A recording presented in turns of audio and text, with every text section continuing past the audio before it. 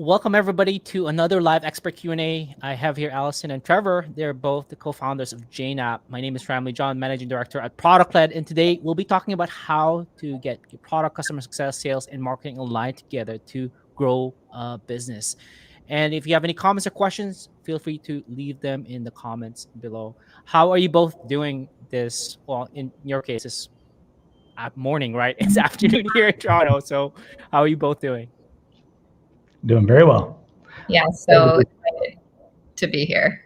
Yeah, and you were just sharing, Alison, that you kind of binge listened to a few podcasts. So I'm glad that that you found this show valuable. I'm really excited to have both of you here. I know the person who introduced us, Anna from Art of Ventures, is I really about these two people. I mean, before we jump into product led and sales led and hybrid models and all the different sign up process, and I just heard before we chatted reputation led sign up. Like, can one of you share a little bit about the story behind Jane and how it kind of got started? Yeah, I was opening a healthcare practice myself about 9 years ago now. So physio, chiro, massage, naturopath, midwives, counseling, multidisciplinary practice. And I was looking for software that would allow for online booking and electronic charting specifically. So I'm sort of that typical story of, you have a problem and there's no solution that exists that's going to work for you. And then Trevor had a marketing, a branding agency, and they were doing the website and all of the branding. And I complained a lot about everything I found that didn't work very well. And then I'll let Trevor pick up his side of that story. Yeah, we were doing so much work to build a beautiful website and create an amazing experience for Ali's patients as they're looking for care. But then the options for booking online would punt them out to some service that just felt like kind of late 90s internet. And I was like, we can do something here. Let's build something for you. So we built a online booking, and you can't just build that. You have to build a whole scheduling tool on the back end for the admin staff. And then Ali's extra ask was, could you also make it do our medical records? So and you have 6 weeks. Quite a thing for her. Yeah, and you have 6 weeks before I open. So can we do it in that time real quick? And then I just hosted that on a Mac Mini in my practice for a year and a half, and we just used it. It worked really well. And then this problem obviously existed for more people. So I had people asking me about it. Trevor had people asking him about it. And then we decided to, partner and build it into a full practice management system. And our original business plan had, I think, 8 people.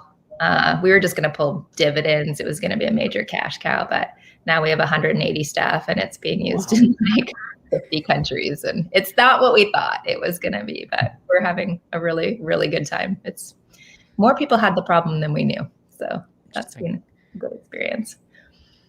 Awesome. Well, thank you for sharing that story. And the reason why we're here is the interesting ways that that the different practices can sign up for Jane.app. I mean, if people go on the site, they can sign up through self-serve. They can sign up, do an on-demand demo. Then there's a live demo. How did those kind of pieces come about? I mean, did you start off with one and then started layering on the other ways, or did you like, oh, let's just do all 3 to make sure we capture as many different types of people who don't want to talk to sales, and there are some people who actually want to talk to sales? Yeah, well, we actually just don't have sales still. So I think the original, the way that we got connected, Ramley, was, I think you heard that our company has one customer. We call them customer support, but they do everything, and every interaction with the customer is through this one team. So there's no sales, there's no account reps, there's no onboarding team. They're all a single team, and it was sort of actually just replicating what we did from the very beginning, because Trevor was building the product and I was talking to every customer.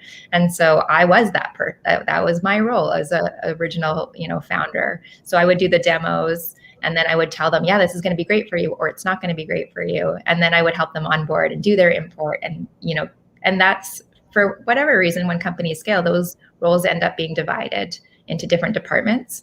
But thought it was very successful to have you have such an intimate knowledge of your customer and what's going to make them successful that you should be the person selling to them, because you're not going to oversell, because then you have to support them after the fact. So there's never going to be an overpromise, because then you have to pick that up on the other side of that conversation when they actually sign up. And so we've actually just scaled. It's been, well, this is what worked at the beginning, and we just kept scaling that on a single team. And so far that's been successful. We'll see if that continues. And then in terms of the self-serve sign up, how did that come about? So now so what I'm hearing is it started off with you probably super busy doing a bunch of demos.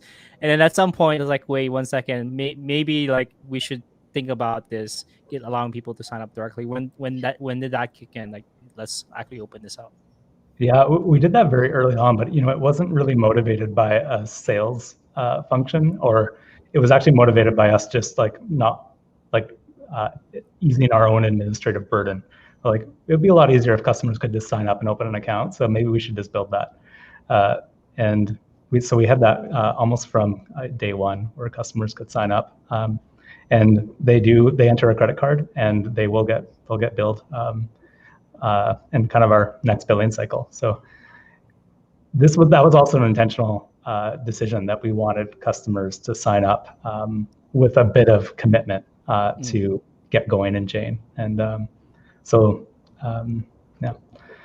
yeah, no free trial, no freemium, just a paid plan right from the beginning. I think we were talking about level of commitment of customer, and I was finding that interesting listening to your podcasts about, your other guests talking about product-led growth. Never really occurred to me that your product is really it is the salesperson, and getting people in. Your product is the salesperson, and that should influence everything about how a company runs. It should influence your marketing. It should influence your sales efforts, your product, your engineering. And actually, at our last company-wide meeting that we had yesterday, Ramli, I should show you I should send you this video. Like, I just talked about how everyone's a product person at a product company. And it doesn't matter what role you're in, you have to have the product market fit as your ultimate heart. And so we talked about product and customer, that's the heart of our business. And if that doesn't excite you, it does not matter what role you sit in. You will not find success and enjoyment working here, because you have to really obsess around the customer needs to create that perfect product. And so those things together is sort of what creates like the heart of our customer for every single seat. And so everything that we're doing in the sign-up process and the sales process, in which we don't have the sales team for, it's trying to get customers in, get them committed, and getting them on that product journey with us. Like, we need to get you in, and we need to get you working and finding value in that, and then telling you how to accomplish that. So getting people into the product, obviously, as easily as possible is important. Yeah, let's talk a little bit about that. Like, you don't have a free trial, freemium. I mean, I guess that's deliberate, because like we were just chatting before this, that you wanted that commitment from the get-go. Is that the primary reason why there is no free trial or freemium? It's just they're not going to see the full value of the product if they don't have that level of commitment. I think that's partly because of the role Jane plays as a product. Jane's not like an add-on software that you could kind of play with, see if you like it, use it more if you like it a lot. The function that Jane plays, it runs their business. Like, it actually is their main schedule. You can't run two of those at the same time, or else you'll have double booking problems. And it's their accounting package. Like, it's handling their invoicing, their payments. So that for someone to have a successful start with Jane, they really need to dive in. So this is where we put like a huge emphasis on the level of customer service that we provide, even for kind of a low price product like Jane. We really guide the customer on like how they could have a successful start. So we usually say you should sign up 2 weeks before you want to go live. That'll give you time to kind of get into your account, configure things. At the end of that 2 weeks, we're going to schedule your data import. And on the end of a workday, like maybe a Friday night, you're going to send us your data, and our import team is going to have that ready for you for the next morning. So you can just start going in Jane. And that's your hard switchover date. You got to shut down your old software. You can't use two things at once. And then they're going. And that's like that's a lot of manual effort on our part, but it's been incredibly successful at getting people committed from day one. Really fascinating. So somebody signs up and you're giving them this really high touch experience. I'm guessing you've calculated this. How many hours from your team does it take to onboard a new customer? Whether like your lowest plan right now, I'm looking is I believe around 74 dollars, then the middle 99, and the highest 369. So regardless of the price point, you're doing high touch onboarding. And like I said, what is the effort required in terms of hours and number of people involved in onboarding one customer? We're offering high touch onboarding, but it's not required. And I think that that's a little bit of a difference. So we have full-time free phone support, and we have email support and chat.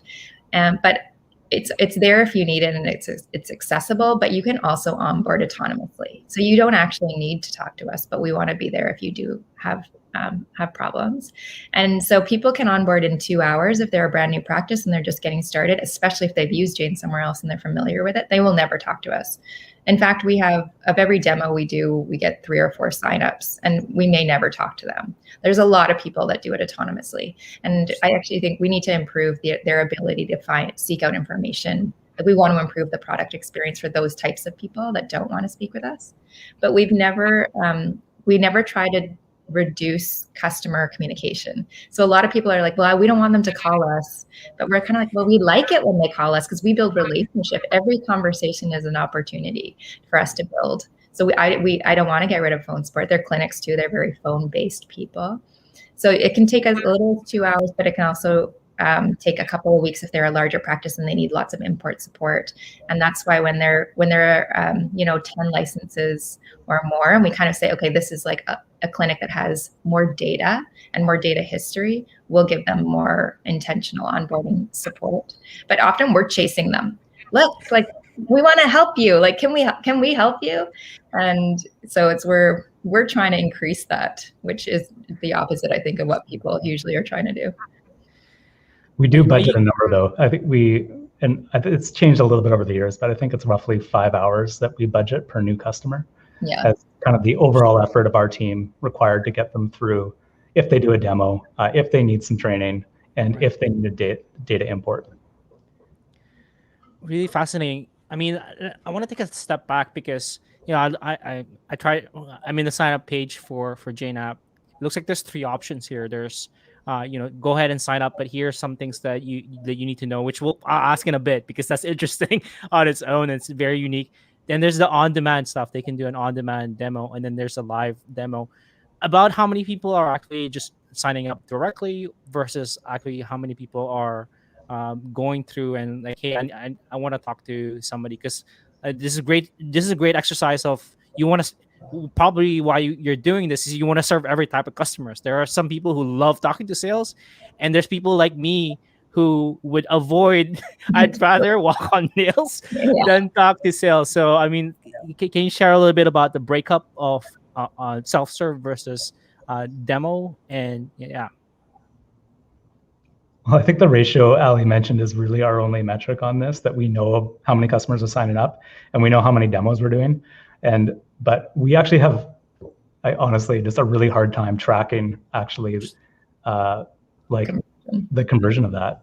And it's down to simple problems. Like, people often, they'll do their demo on their home computer and sign up on their work computer. So we have no ability to track that person through technology. And often they'll use a different email address because they might, they sign up under like the clinic owner's email address, but they did the demo under their personal one. So we have a hard time tracking that without it just being kind of a manual process.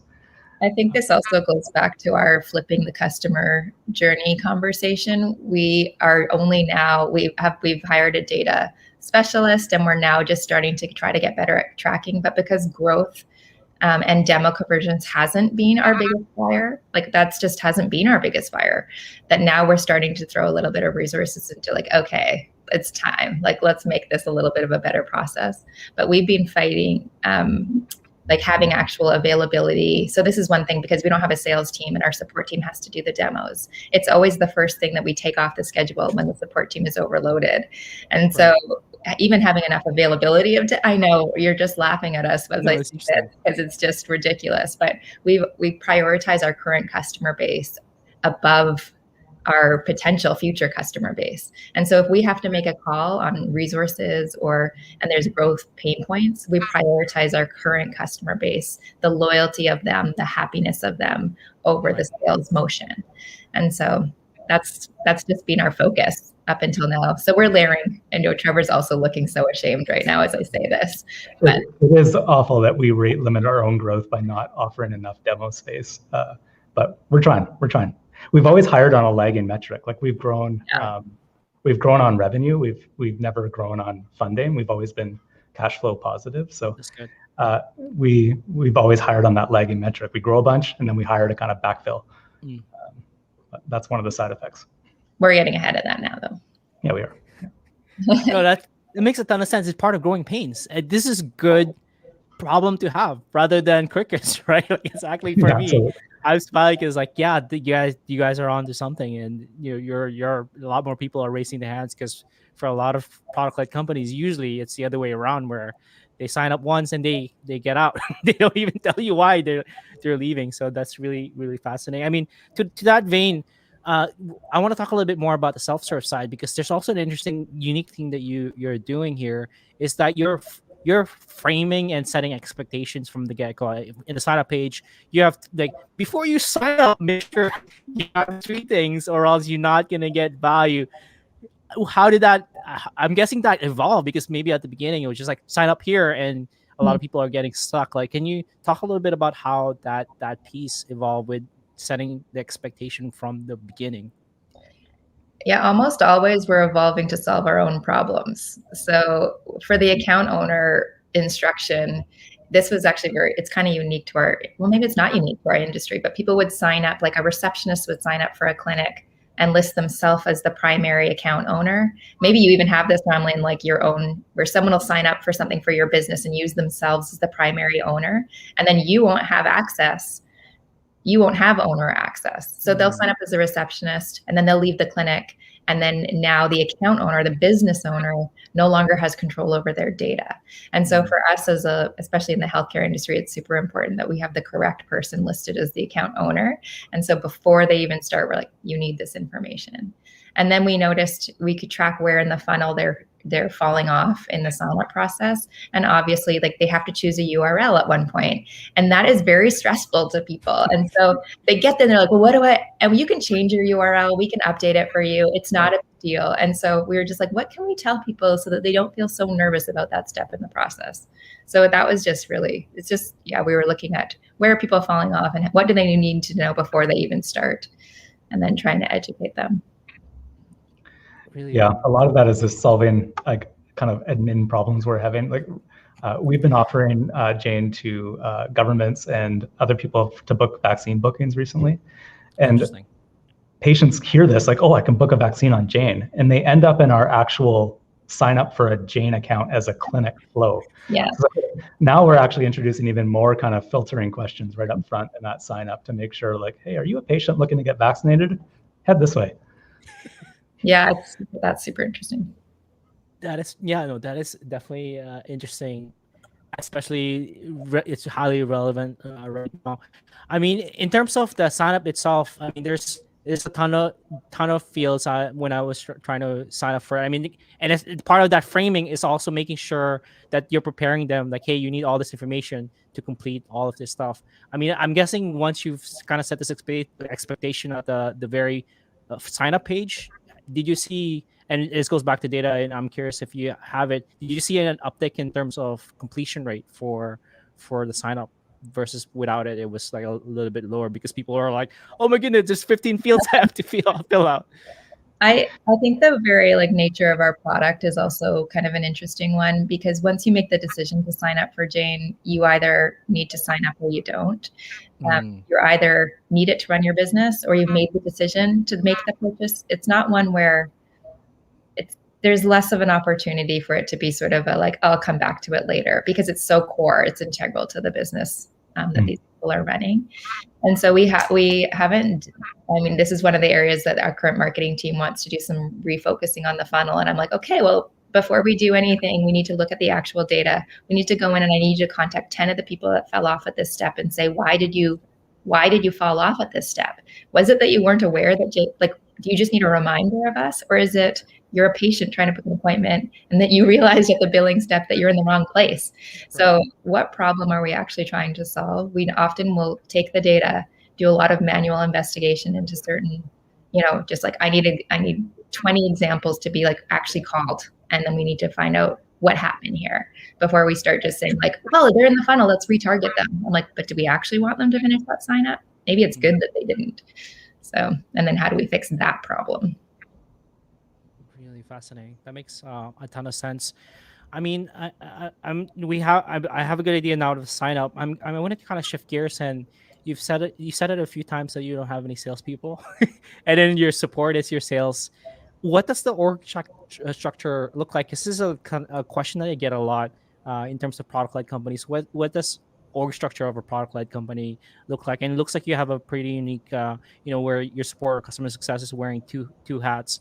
Like, can you talk a little bit about the structure as well as like how many headcount is in each of those different departments or teams? Yeah, this is something we're working on a lot right now as we scale. It's really fascinating. I wasn't sure if we were going to be able to scale this way, but so far it hasn't broken. We actually have almost 45% internal churn out of our support team. So our support people go on into the QA team. They go to be product owners. That's what we call them, portfolio owners. And I don't know the technical term. It's product, right? Yeah, product owners, yeah. Yeah. So they go into product. We actually have, we're just starting a path that you can go from support into junior engineering. So we want to support female developers coming out of support, and we want to create our own pipeline there, which we're excited about. They go into privacy security. They go so our support team, we call them the stem cells of the company, and they really move into everything else. And what they do is they bring that deep customer understanding and focus, and they bring that into the rest of the company. And it's just, and so their content and the training team, like there's so many areas. So what we're trying to do right now is develop ways that people can have career advancement within a seat and also have lateral moves that take them into new ladders, if that makes sense. And so we call the front lines the drivers. Jane, they're the most important people, the people actually doing the work, like actually answering the phones and building the product. That is what we are. You're building relationship and creating a good product. And then every layer below that is just a support. So we actually tried to turn the org chart, either sideways or actually completely upside down. And all we're doing is supporting the people who are the drivers of the company. And so from there, it's very long and it continues to grow because I have schools. We'd love to start having a schools program. So that's going to become a new lateral move for a support seat, and then a new column. And then once you get to 8, you need a manager to help with communication and support and ensure your role is. So that's currently what it looks like, but it changes sort of every day. I think one thing that's really cool that Ali has done on the support side is instead of breaking up the team, because it's big, instead of breaking it up by the customer journey step, we've actually broken it up more by geography or discipline of the practitioner. Yeah. So, and then that one smaller team can be with that customer through the entire journey, from kind of initial contact all the way through to supporting them once they've been a customer for years. So we have a US team focused on US practices, team focused on Canadian, UK, Australia, and then we have specialty teams for like mental health practices. And so we're sharding, like a database term. We're splitting up our team horizontally in that way instead of by the customer journey. And the cool thing about that for a product company is that our US team, they're gathering information that's very specific to the US market that we can feed into our product. So we get the signal from the customer in a way that's more helpful. Like, it's not helpful for me to know, that we're like the sales aggregate number isn't helpful, but I need to know that by discipline, by geography of our particular vertical customer base. So they're getting signal that's like from a specific customer base that we can then improve the product for. And so the divide like that has worked, but we're going to have to divide it even more. So we've added payments as its own specialty, like areas where there's maybe more complexity or where the product could use more specific signal from the community of our customers. We'll divide that out into its own area as well. And I think this fits beautifully with the idea of being product led, because we actually call our customer service people product specialists, and they get to really specialize in kind of a specific customer type and be that actual specialist. So when one of our customers contacts someone, like they're going to talk to someone who like really knows Jane and knows Jane for their particular market really well. There's so many follow-up questions here. I mean, so first of all, what I'm hearing is a lot of your product specialists or product owners are has done support or customer support originally, and then they moved up, and then now they have that customer mindset, and they're still doing both roles, or like are they doing a little bit of support sometimes? No, I'm seeing some head not shaking. So interesting. So then you have to keep hiring new support folks essentially with that model. Our poor support team is both hiring because we're scaling and hiring to backfill, and it's quite the hiring challenge. We're hiring 8 a month, 8 support people a month right now, but it's hard to explain in our hiring. You know how everyone's like, we're growing again, we're hiring, and we're like, we're hiring too, and it's not because people are leaving the support team, it's because our support team feeding the rest of the company. And so we talk about this, the support hiring team need to know the skill set that we need across the whole company. We just created a technical escalations role, and that will be filled from the support team. And so every time we add new roles, because the support, we would just pull from the support team. And our support team are like baristas and servers, and like most of them don't come from the support industry. So are all product owners so far like they were promoted to that position, or are you hiring external product? Because this is an interesting model now, because like before, like usually when you hire for product, it's really hard to train the product and get to know the customers. But in this case, then they're already kind of experts in the product and the customer. So like, do you at all hire for product directly, or not at all? So we've brought in one amazing coach as like a senior product manager, and he runs our team of product owners, and that team entirely came from the customer service side of the business. And that's working wonderfully. I think as we scale, like he's got enough, his team's too big for one person now. So now we are looking at bringing in maybe some more senior product management experience to help kind of keep doing that. And we're also learning what career path would be best to get someone into that product owner seat. So we're recommending support people that are interested in being POs at Jane go into the tech-esque role so that they can learn the technical side of Jane, or the QA role so that they can QA and learn how to work with devs in these 2 other environments, and then from there move on to POs. So we're trying to create career paths that make sense, where they're gaining the like stepping stone skills that will make them successful along the way. So I'm just building a career map, like it's a career map. That's what we're kind of calling it. And it's like, you should be able to take this at your annual review and chart yourself a path to where you want to be, and then say like, well, what skills do I need to learn? So Jane's like a university. It's so cool, like the opportunity that you have within a company to train someone. And if they start in the customer heart, like you can be successful anywhere. So pretty cool. Really fascinating. I have so much follow-up questions here. How long do somebody have to stay? I mean, going to that career map, like how long does somebody have to stay in the customer support team before they can move up? Or is it more like once they've hit a certain level of proficiency, or like what is the criteria for somebody is ready to move on to the product team? It's super hard to have process around that when you're a scaling company, because if some rock star comes in and sits in their seat for 8 months and is like incredibly knowledgeable and good and has built themselves, like then I'm like, well, you're the right person for this role. And so we're working on moving a little bit from the tap on the shoulder, you get this role, to the internal posting as we scale, like trying to make it a little bit more of a structured system. But in general, we say you should be sitting in the support seat for a year, because that just gives you enough. It gives you enough time. It gives us enough time to see what you're like, and gives you enough time to see what we're like. And then from there, we can sort of expand from there. But we don't want people coming in just to get out of the support seat. And so the best way to move forward at Jane is to be an incredibly good at your customer support role, where you're product focused. So if you sit in the support seat and you use that opportunity to make Jane a better product, you're going to be moved, like you're we're gonna love that. Like that's our heart. And so we want people like that spread out through the company. So that's what we're working on training on, being both a customer support person and a product person, no matter what seat you're sitting in. Really fascinating. We've talked a lot about support and product. What about marketing and the other teams, like and engineering? How are they? Trevor, you talked a little bit about sharding. So are they creating micro shard teams? I don't even know what to call it. Like how is engineering and marketing fitting into this org structure and this career path progression? Yeah, I mean the marketing function at Jane it's actually, we call them the content team, because again, I think we're trying to be very much like one of Jane's like core values is that we are helpful. Like we are helpful to our customer in every way, and the thing that our customer needs, and I think future customers need, is like incredible training and content and helpful information.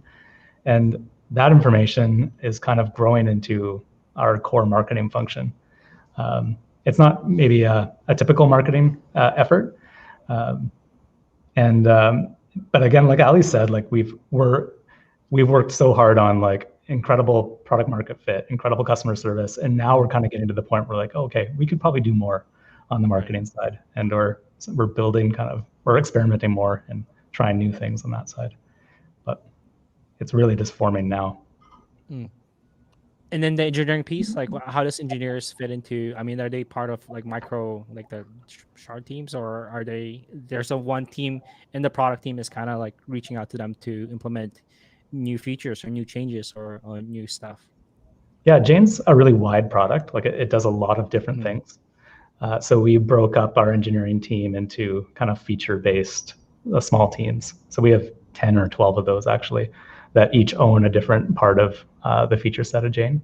And they get to just obsess about that one part of Jane. So they all have a product owner, UX resource, QA resource, and some developers that are getting to kind of own that one small part of Jane. Interesting. Well, I'm gonna start wrapping up. I thank you so much for both of you for sharing. But like two final questions. The first one, and for both of you, is for a lot of product-led companies who are listening in right now, is obviously you're probably quite a few steps ahead than a lot of them. If you can give one or two pieces of advice to companies who are trying to grow their company, whether that's product-led or they're transitioning, what would be the one or two pieces of advice that both of you would like to give to the listeners at the moment? Do you want me to go? I would just say every company I've ever come across has a different recipe. Like we all have a different recipe of what we're starting from. And so we're starting from this because we're customer product, like that is our hearts. And so when we scale our business, it has to be around what excites us as founders. And so I would say really like spend some time thinking about what excites you, what makes you feel like you're so excited to build your business. And it could be sales, and it could be, hopefully if you're listening to this, it's product. And then figure out how that heart can exist in all the other functions in your company. And then find people who have the same heart as you do. Like you can find a marketing person that loves the sales side. You can find a marketing person that loves brand or that loves product. And so I think like to build a successful company, everyone that you bring in has to have the same heart as you. And it doesn't mean you can't add those functions to your company, but they should be excited about the same thing that you, especially you as a founder, are excited by. That's when you're going to find success across your team. That would be my most recent learning. I think the thing I'm proud of and I love at Jane is we've kind of obsessed about like the product market fit and the amazing customer service is a first priority over growth. And like growth is like a beautiful artifact of doing those two things really well. And I think if we like continue to service our customer and like make Jane like just like this essential thing they need, the growth is going to follow. They talk about it. They share it with their colleagues. And it's a really fun way to grow a business. If you can get that flywheel spinning, it means you get to focus on these kind of fun problems, like you said. Awesome. Well, thank you so much for both of your time. I mean, just to wrap up, where can people find out more about you and Jane? And do you want them to add LinkedIn if they have any questions, or Twitter? Like, what is the best way to connect with both of you if they do have any questions? And like I said, where can people find out more about Jane if they want to check it out? Where I know often people on here have products that can be used by the audience, but we're not one of those unless you're a practitioner listening to Product Led. So you can learn more about Jane at Jane.app if you want to. Maybe tell your practitioners that you go to about us if you want great online booking experiences.